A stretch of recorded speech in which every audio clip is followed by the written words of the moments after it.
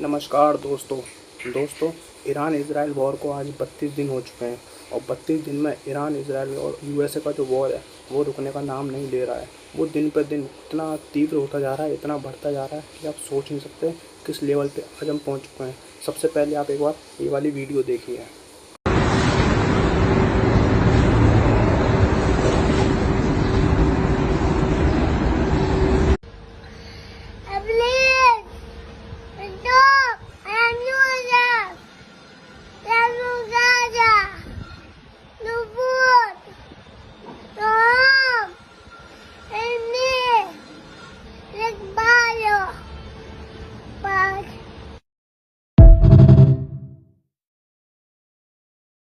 आपने ये वाली वीडियो देखी तो दोस्तों क्या हो रहा है कि आप देख सकते हैं कि आम जनता का कितना नुकसान हो रहा है।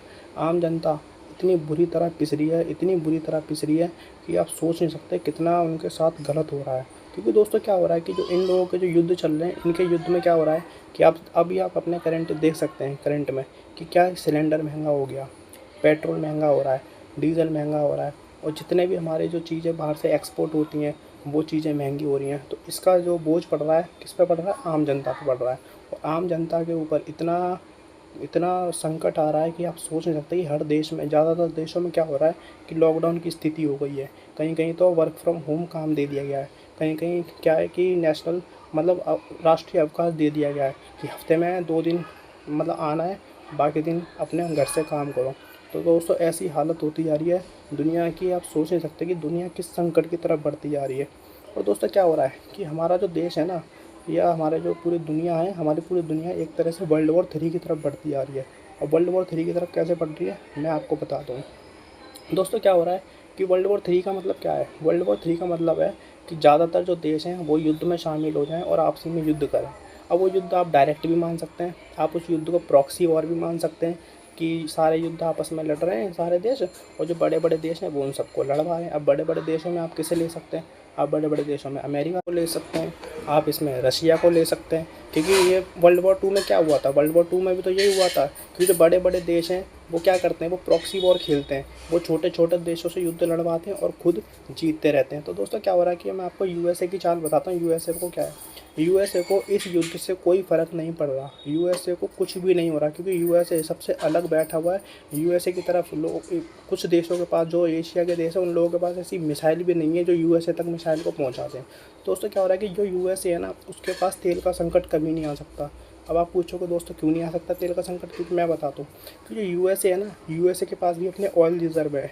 यूएसए अपने ऑयल रिज़र्व पहले से ही रखता है और वो अपने इस्तेमाल के लिए ज़्यादा रखता है दोस्तों। तो दोस्तों अभी क्या हुआ है कि कुछ थोड़े 1 महीने पहले के लगभग उसने क्या हुआ था, वेनेजुएला को उसने कब्जा कर लिया था। वेनेजुएला के जो राष्ट्रपति हैं मादुरो, उन्हें गिरफ्तार कर लिया था और गिरफ्तार करके उन्हें जेल में डलवा दिया। और जेल में डलवाने के बाद जो वेनेजुएला है अब पूरा का पूरा यूएसए के कंट्रोल में है। और दोस्तों मैं आपको बता दूं, जो वेनेजुएला है ना, उसके पास इतना ऑयल रिज़र्व है कि आप सोच नहीं सकते कि दुनिया में दूसरे तीसरे नंबर पर वेनेजुएला के पास सबसे ज़्यादा ऑयल रिज़र्व है। और वेनेजुएला का वो तेल इस्तेमाल कर रहा है और वो अभी क्या करना चाह रहा है, उसका प्रॉक्सी वॉर तो देखो क्या खेलता है यूएसए। यूएसए खेल रहा है कि जो मिडल ईस्ट के जो जितने भी देश हैं, Saudi, Qatar, Kuwait, Oman, Bahrain, Iran, Israel, ये लोग आपसी में लड़ते रहें। और ये लोग जब आपसी में लड़ते रहेंगे, इनका कोई तेल खरीदेगा नहीं, और इनका तेल नहीं खरीदेगा तो इनका जो तेल ऑयल रिज़र्व है आपसी में लड़ लड़ के, कोई इनके तेल पे रिज़र्व पे मिसाइल गिराएगा, कोई उसके तेल रिज़र्व पे मिसाइल गिराएगा। तो मिसाइल गिराने से क्या होगा कि उनके जो तेल रिज़र्व में ऑयल रिज़र्व जितने भी सब तबाह हो जाएंगे। और जब तबाह हो जाएंगे और जब देश के अंदर ऑयल रिज़र्व का संकट आएगा, तो जो यूएसए है ना, यूएसए का जो तेल भंडार उसने अपना जब कर रखा है जमा, वो सारा का सारा तेल अपना एक महंगे रेट पे बेचेगा पूरी दुनिया को। मतलब यूएसए इनडायरेक्टली पूरी दुनिया के अंदर, आप इनडायरेक्टली या डायरेक्टली आप मान सकते हैं, पूरी दुनिया में ऑयल के लिए वो अपनी मोनोपोली बनाना चाहता है।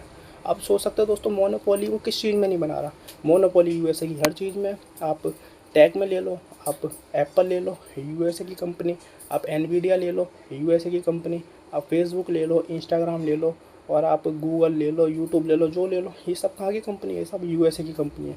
यूएसए जो है अपनी इस चीज़ में भी अपनी मोनोपोली बनाना चाह रहा है, क्योंकि अभी इस टाइम पे जो मोनोपोली थी ऑयल रिज़र्व में, वो किसकी थी? मिडल ईस्ट के देशों की। और दोस्तों अभी क्या हुआ है कि कुछ दिन पहले खबर आई है, अभी 1-2 दिन पहले की बात है, कि जो इज़राइल है, इज़राइल एक तरह से वर्ल्ड वॉर 3 को बढ़ावा दे रहा है।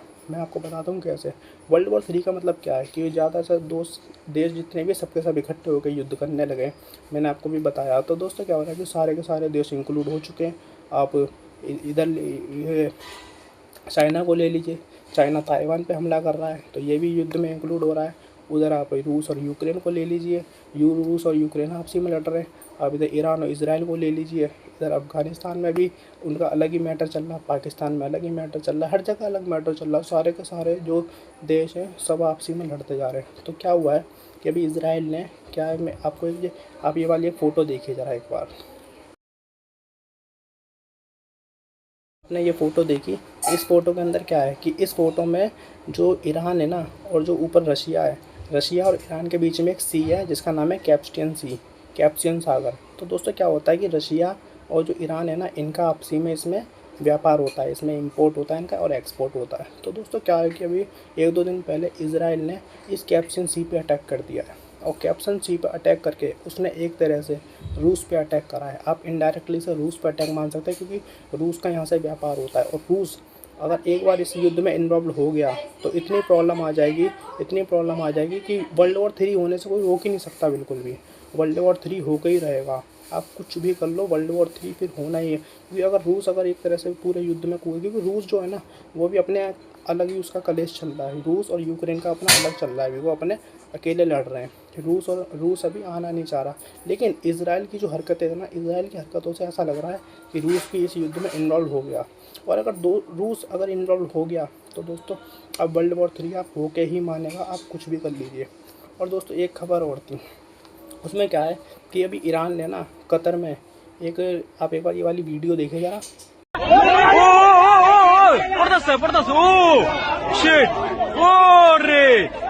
Oh my God! अब यार भाग क्यों रहे हो? Oh shit! अब यार किसने किधर गिरा? अरे वहाँ गिरा सामने तो गिरा और किधर गिरा? इधर गिरा। अरे शाला! अब यार पीछे से मार रहा है, हाँ? उधर से आ रहा है। ये ईरान का एक हीलियम गैस प्लांट है जिसका नाम है रस लफार। तो दोस्तों मैं बताता हूँ अभी क्या है कि ईरान ने कतर के इस रस लफार हीलियम गैस प्लांट पे अटैक कर दिया। और दोस्तों मैं बताऊँ आपको, जो ये हीलियम गैस प्लांट है ना, ये हीलियम प्रोड्यूस करता है। और हीलियम प्रोड्यूस कितनी करता है कि दुनिया में जितनी भी हीलियम प्रोड्यूस होती है उसका 1/3 ये अकेला करता है। जैसे आप मान के चलो, अगर पूरी दुनिया में 100 किलो अगर हीलियम गैस प्रोड्यूस हो रही है तो उसमें से 33 या लगभग 34 के आसपास ये प्रोड्यूस करता है। तो दोस्तों आप सोचेंगे हीलियम गैस का प्रयोग क्यों होता है, कहाँ होता है? तो दोस्तों आपने सुना हो कि हमारे जो घर में क्या होता है कि बच्चे गुब्बारे से खेलते हैं, तो गुब्बारे के अंदर जो गैस होती है ना, उसके अंदर हीलियम भरी जाती है। और दोस्तों हीलियम जो भरी जाती है, हीलियम गैस, अब आप सोचोगे कि अगर उससे दिक्कत होगी तो क्या होगा, ज़्यादा से ज़्यादा बच्चे गुब्बारे नहीं फुला पाएंगे, बच्चे गुब्बारों से खेल नहीं पाएंगे। लेकिन दोस्तों ये ऐसा नहीं है, इससे इतना बड़ा संकट हो सकता है कि सोच नहीं सकते कितना ज़्यादा संकट हो सकता है। मैं बताता हूँ दोस्तों, आपने क्या होगा, आपने एमआरआई मशीन देखी होगी। एमआरआई मशीन में क्या होता है कि एमआरआई मशीन के अंदर जो मैग्नेट लगी होती है, तो उस मैग्नेट से वजह से क्या होता है कि एमआरआई मशीन गर्म हो जाती है।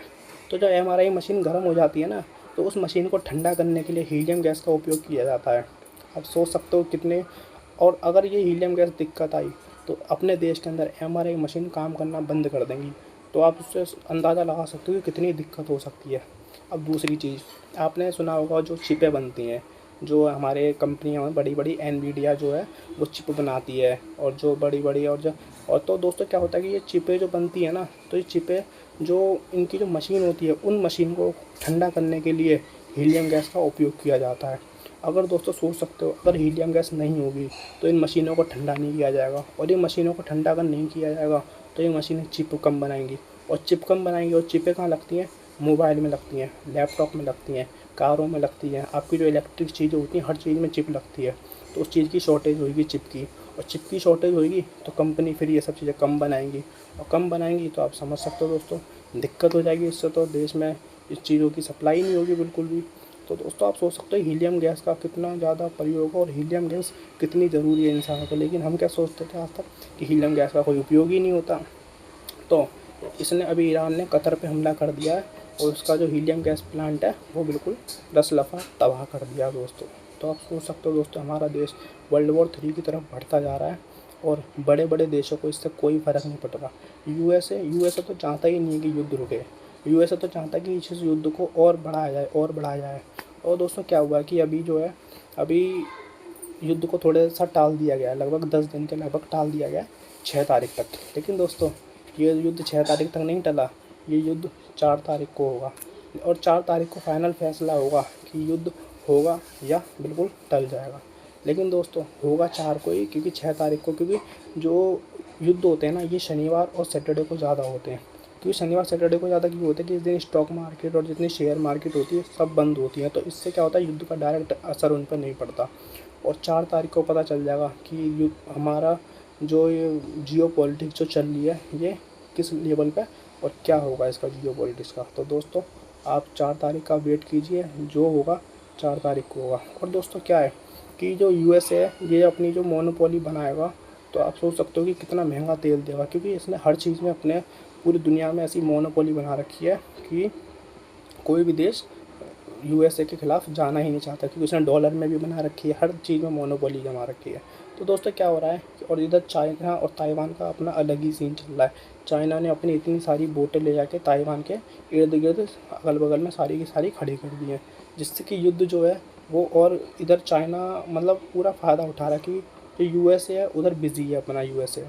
तो क्या हो रहा है कि चाइना इधर अपना फ़ायदा उठा रहा है, उसे यूएसए को उधर युद्ध में उलझा रखा है और यहाँ पे ताइवान पर कब्जा कर रखा है। क्योंकि अगर ताइवान पर कब्जा कर लेगा तो जो यूएसए है वो वहाँ तक कुछ पहुँचा नहीं पाएगा ताइवान के लिए, क्योंकि जो यूएसए वो ताइवान को सपोर्ट करता है इधर, यूएसए जो है इधर जापान को सपोर्ट करता है, यूएसए जो है इधर साउथ कोरिया को सपोर्ट करता है, तो वहाँ तक ये पहुँचा नहीं पाएगा, जिससे कि चाइना पूरे के पूरे ताइवान पे अपना कंट्रोल कर लेगा। और आप सोच सकते हो ताइवान पे कंट्रोल करने का मतलब क्या है। ताइवान में एक कंपनी है टीएसएमसी मतलब है ताइवान सेमीकंडक्टर कंपनी।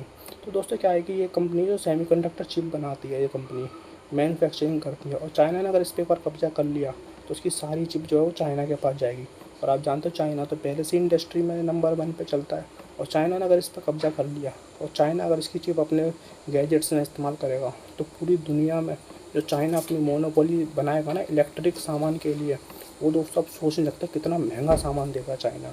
तो आप सोच सकते हो कि हर जो बड़े बड़े जो देश हैं ना वो अपनी मोनोपोली जमाने के लिए इन छोटे छोटे देशों को आपसी में भिड़वा रहे हैं। मिडल ईस्ट में सब छोटे छोटे देश आपसी में लड़े पड़े, और बड़े बड़े देश जैसे आप यूएसए ले लो, आप रसिया ले लो और चाइना ले लो, ये सारे के सारे देश अपनी मोनोपोली रखना चाह रहे हैं हर चीज़ में। अभी मान लो अभी भारत न्यूट्रल है, भारत अभी किसी की तरफ नहीं है, लेकिन अगर आगे जाकर अगर ऐसा कुछ होता है तो दोस्तों भारत को भी इन्वॉल्व होना पड़ेगा। लेकिन हम तो यही सोचेंगे कि भारत जहाँ तक इन्वॉल्व ना हो इन सब चीज़ों में, भारत अलग रहे, क्योंकि भारत हमेशा हर चीज़ में न्यूट्रल रहता है। और दोस्तों बड़े बड़े देश जो हैं हम इनसे रिक्वेस्ट करते हैं कि ज़्यादा युद्ध ना फैलाएं, इससे बहुत नुकसान हो रहा है। स्टॉक मार्केट, शेयर मार्केट पूरी गिरी पड़ी है, आम लोगों का बहुत नुकसान हो रहा है, और ये जो युद्ध है ज़्यादा से ज़्यादा जल्दी रुक जाए। और हम यही सोचेंगे कि 4 तारीख को या 6 तारीख को जो भी फैसला आए, ये फैसला पूरी दुनिया के हित में हो और युद्ध रुके और सीज़ फायर हो दोस्तों, और ये किसी भी तरह का आगे युद्ध ना बढ़े। क्योंकि हम पहले से इतने साल हो गए हैं, रूस यूक्रेन का युद्ध ख़त्म नहीं हो रहा, उधर गाज़ा और इजराइल का अपना अलग चल रहा था, इधर ईरान और इजराइल ने अपना अलग चला लिया। दोस्तों इतना नुकसान हो चुका है, इतने लोग मारे जा चुके हैं इन सब चीज़ों में, तो दोस्तों हम तो सोचते हैं कि जो भी जल्दी जल्दी हो जाए। तो देखते हैं 4 तारीख को क्या फ़ैसला आता है। नमस्कार दोस्तों।